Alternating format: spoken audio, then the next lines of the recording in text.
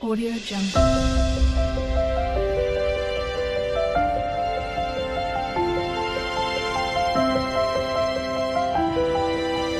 Audio Jungle. Hi ನಮಸ್ತೆ, ಎಲ್ಲರೂ ಹೇಗಿದ್ದೀರಾ? ಇವತ್ತಿನ ವಿಡಿಯೋ ಟಾಪಿಕ್ ಏನಂದ್ರೆ, ನಮ್ಮ ಹಿಂದೂ ಧರ್ಮದ ಪ್ರತಿಯೊಂದು ಮನೆಯಲ್ಲಿ ಕೂಡ ತುಳಸಿ ಗಿಡವಿರುತ್ತೆ ಮತ್ತು ಆ ಗಿಡವನ್ನ ನಿತ್ಯವೂ ಕೂಡ ಆರಾಧಿಸಲಾಗುತ್ತೆ. ಯಾಕಂದ್ರೆ ಈ ಗಿಡವು ಅತ್ಯಂತ ಪವಿತ್ರವಾದ ಹಾಗೂ ದೈವಿಕ ಸಸ್ಯವಾಗಿದೆ. ಇನ್ನು ತುಳಸಿ ಗಿಡವನ್ನ ಅತ್ಯಂತ ಜಾಗರೂಕತೆಯಿಂದ ನೋಡಿಕೊಳ್ಬೇಕು, ಇಲ್ಲವಾದ್ರೆ ಗಿಡವು ಒಣಗಿ ಹೋಗುವ ಸಾಧ್ಯತೆಗಳು ಹೆಚ್ಚಾಗಿ ಇರುತ್ತೆ.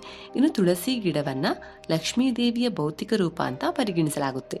ಈ ತುಳಸಿ ಗಿಡವು ಭಗವಾನ್ ವಿಷ್ಣು ಮತ್ತು ತಾಯಿಗೆ ಪ್ರಿಯವಾದ ಕಾರಣದಿಂದಾಗಿ ವಿಷ್ಣು ಮತ್ತು ಲಕ್ಷ್ಮೀ ದೇವಿಯ ಪ್ರತಿಯೊಂದು ಪೂಜೆಯಲ್ಲಿ ಕೂಡ ತುಳಸಿಯನ್ನ ಬಳಸಲಾಗುತ್ತೆ. ಇನ್ನು ನೀವೇನಾದ್ರೂ ತುಳಸಿಗೆ ಈ 4 ವಸ್ತುಗಳನ್ನು ಅರ್ಪಿಸುವುದರಿಂದ ಲಕ್ಷ್ಮೀ ದೇವಿಯ ಕೃಪೆಯು ನಿಮ್ಮ ಮೇಲೆ ಇರುತ್ತೆ ಅಂತ ಅರ್ಥ. ಅಂದ್ರೆ ನಿಮ್ಮ ಮನೆಯಲ್ಲಿ ಯಾವತ್ತೂ ಕೂಡ ಸಂತೋಷ ಮತ್ತು ಸಮೃದ್ಧಿಗೆ ಕೊರತೆ ಉಂಟಾಗಲ್ಲ, ಅಂದ್ರೆ ಹಣದ ಸಮಸ್ಯೆ ಯಾವತ್ತೂ ಕೂಡ ಉಂಟಾಗಲ್ಲ. ಹಾಗಾದ್ರೆ ಬನ್ನಿ, ತುಳಸಿಗೆ ಯಾವೆಲ್ಲ 4 ವಸ್ತುಗಳನ್ನು ನೀಡುವುದನ್ನ ಅತ್ಯಂತ ಮಂಗಳಕರ ಅನ್ನೋದನ್ನ ಇವತ್ತಿನ ವಿಡಿಯೋದ ಮುಖಾಂತರ ತಿಳಿಯೋಣ. ಮೊದಲನೆಯದಾಗಿ ತಾಮ್ರದ ಪಾತ್ರೆಯಲ್ಲಿ ನೀರು. ಇನ್ನು ನೀವು ತುಳಸಿ ದೇವಿಗೆ ನೀರನ್ನ ಅರ್ಪಿಸುವಾಗ ಮೊದಲು ಆ ನೀರನ್ನ ತಾಮ್ರದ ಪಾತ್ರೆಯಲ್ಲಿ ಕೆಲವು ಗಂಟೆಗಳ ಕಾಲ ಇಡಬೇಕು. ಅದರಲ್ಲಿ ಸ್ವಲ್ಪ ಅರಿಶಿನ ಬೆರೆಸಿ ಆ ನೀರನ್ನ ಅರ್ಪಿಸಬೇಕು. ಸಸ್ಯದ ಮೇಲೆ ಹಸಿ ಹಾಲು ಅಥವಾ ಕಬ್ಬಿನ ರಸ ಇದ್ರೆ ನೀರನ್ನ ನೀಡುವ ಮುನ್ನ ಅದನ್ನು ತೆಗೆದು ಹಾಕಿ ನಂತರ ನೀರನ್ನ ಅರ್ಪಿಸಬೇಕು. ಎರಡನೆಯದಾಗಿ ಹಸಿ ಹಾಲು. ಇನ್ನು ಗುರುವಾರ ಮತ್ತು ಶುಕ್ರವಾರದ ದಿನದಂದು ತುಳಸಿ ಗಿಡಕ್ಕೆ ಹಸುವಿನ ಶುದ್ಧವಾದ ಹಸಿ ಹಾಲನ್ನ ಅರ್ಪಿಸಬೇಕು.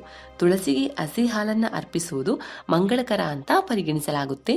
ತುಳಸಿ ದೇವಿಗೆ ಹಸಿ ಹಾಲನ್ನ ಅರ್ಪಿಸುವುದರಿಂದ ಶೀಘ್ರದಲ್ಲಿ ಆಕೆ ಪ್ರಸನ್ನಳಾಗುತ್ತಾಳೆ. ಮೂರನೆಯದಾಗಿ ಕಬ್ಬಿನ ರಸ ಅಥವಾ ಹಾಲು.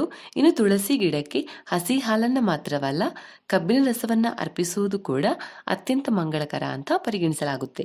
ಕಬ್ಬಿಣ ರಸವನ್ನ ನಾವು ತುಳಸಿ ಗಿಡಕ್ಕೆ ಅರ್ಪಿಸಿ ಅದನ್ನು ಪೂಜಿಸುವುದರಿಂದ ಲಕ್ಷ್ಮೀ ದೇವಿಯು ಸಂತುಷ್ಟಳಾಗುತ್ತಾಳೆ ಹಾಗೂ ಹಣದ ಆಸರೆಯನ್ನ ನೀಡುತ್ತಾಳೆ ಎನ್ನುವ ನಂಬಿಕೆ ಇದೆ. ಇನ್ನು ತುಳಸಿಗೆ ಕಬ್ಬಿಣ ರಸವನ್ನ ಅರ್ಪಿಸಿದ ನಂತರ ಆಕೆಯನ್ನ ಪೂಜಿಸಬೇಕೆನ್ನುವುದನ್ನ ಗಮನದಲ್ಲಿ ಇಟ್ಕೊಳ್ಳಿ. ನಾಲ್ಕನೆಯದಾಗಿ ಸುಮಂಗಳಿಯರು ಬಳಸುವಂತಹ ವಸ್ತುಗಳು.